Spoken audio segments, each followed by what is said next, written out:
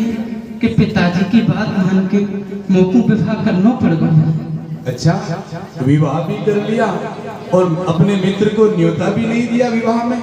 जीवने का न्योता क्यों नहीं दिया, मुझे क्यों नहीं बुलाया अपने विवाह में? हाँ भैया, मैंने आपको नहीं बुलाया, पर भैया तू बता, तैने विवाह करो कि नहीं करो? हाँ करियो। तो भैया तैने मोकू कब बुलाया?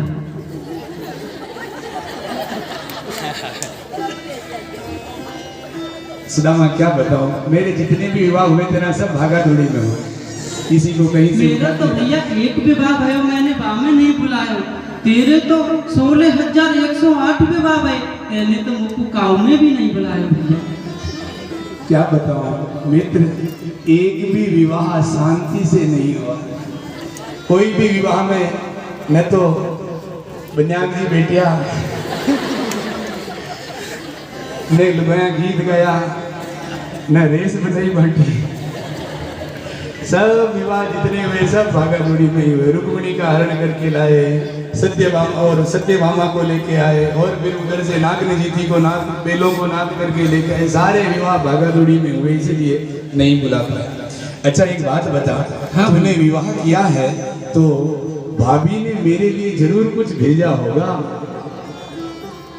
कुछ भेजा है? देख भैया कृष्ण, हम और तुम गुरुदेव की पाठशाला में पढ़ो करे संग संग। हाँ? कितनों सुहानो दिन रहे हैं। हाँ?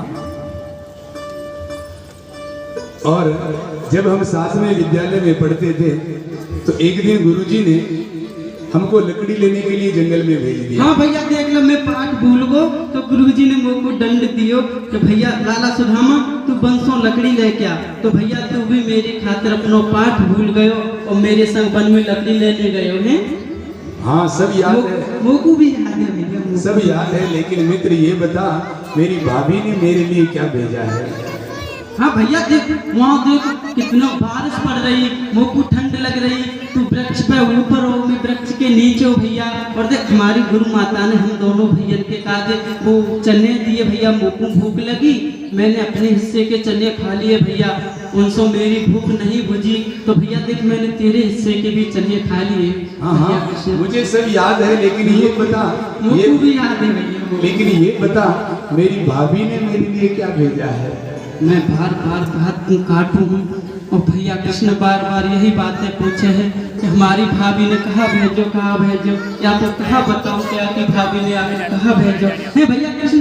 और देख फिर हम पाठशाला लौट के आए हैं, हवन करो, फिर तुम अपने यहाँ द्वारकापुरी में आ गए, यहाँ के राजा बन गए, मैं वहाँ अपने गांव को एक कर्मकांडी ब्राह्मण बन गए भैया हैं। बिल्कुल सब याद है, लेकिन ये बता मेरी भाभी ने मेरे लिए क्या भेजा है? आपको कहा बताओ, ये बार बार यही बातें पूछे कि मेरी भाभी ने मुझको कहा भेजो। और सुना भैया, बाल गोपाल सब आनंद में है, सब आनंद में है। देख मुझको तो एक ही रानी से मिला है, और रानी कहाँ है भैया, उनसे मिला है। सुन सब मिलाऊंगा, लेकिन पहले ये बता, अच्छा भाभी ने कुछ भेजा है कि नहीं? नहीं भैया, अरे भाभी ने तो कछु नहीं भेजे।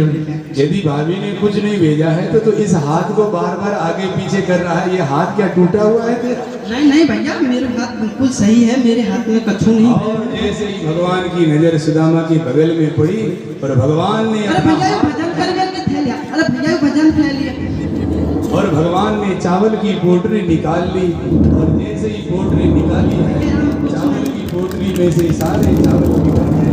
भगवान ने देखा कि इतने चावल हैं, एक मुट्ठी चावल की भगवान ने उठाई, और जैसे ही भगवान चावल खाने लगे, एक मुट्ठी चावल खाई और ब्रह्मा जी कांप गए। यदि आज सुदामा ने ब्रह्मलोक मांग लिया तो मुझे खाली करना पड़ेगा। और फिर भगवान ने दूसरी मुट्ठी उठाई, दूसरी मुट्ठी चावल खाए, इंद्र कांप गए। आज यदि सुदामा ने इंद्रलोक मांगा तो छोड़ना पड़ेगा। जैसी तीसरी मुट्ठी भगवान खाने लगे, बगल में बैठी हुई रुक्मिणी ने हाथ पकड़ लिया कि स्वामी सारा चावल प्रसाद भक्त का लाया हुआ अकेले खा जाओगे, हमको भी मिलेगा कि नहीं? अथवा तो रुक्मिणी कहना चाहती है कि प्रभु कच्चे चावल है, ज्यादा मत खाओ, उधर शूल होगा। अथवा तो रुक्मिणी कहना चाहती है कि प्रभु 3 मुट्ठी चावल खा करके तीनों लोगों का राज्य सुदामा को देना चाहते और खुद सुदामा होना चाहते। अरे दान देने पर इतना तो ध्यान रखे कि पीछे भी तो कुछ बचना चाहिए। और फिर मुट्ठी तीसरी भरते रुक्मिणी पकड़ी मां, ऐसी तुमको का भई संपत्ति की अनचाह। और इतने में तो भगवान की नजर उन चावलों के दानों के बीच में उस कागज के ऊपर पड़ी। कागज याद आ गया? आया कि नहीं? उस कागज पर पड़ी। भगवान उस कागज को लेकर के दूसरे कक्ष में चले गए। रुक्मिणी को कहा कि देवी इस कागज को पढ़ो, इसमें क्या लिखा हुआ है। और रुक्मिणी ने उस कागज को खोल करके पढ़ा। तब उस कागज में सुदामा की पत्नी सुशीला ने भगवान के लिए लिखा था कि हे गोपाल, हे गोविंद, 1 मास 2 पाख में 2 एकादशी हो।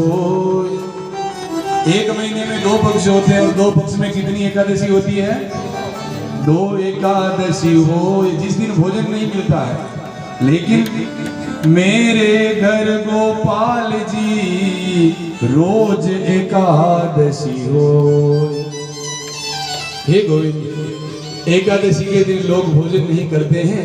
1 महीने में केवल 2 एकादशी होती है, लेकिन हे ठाकुर मेरे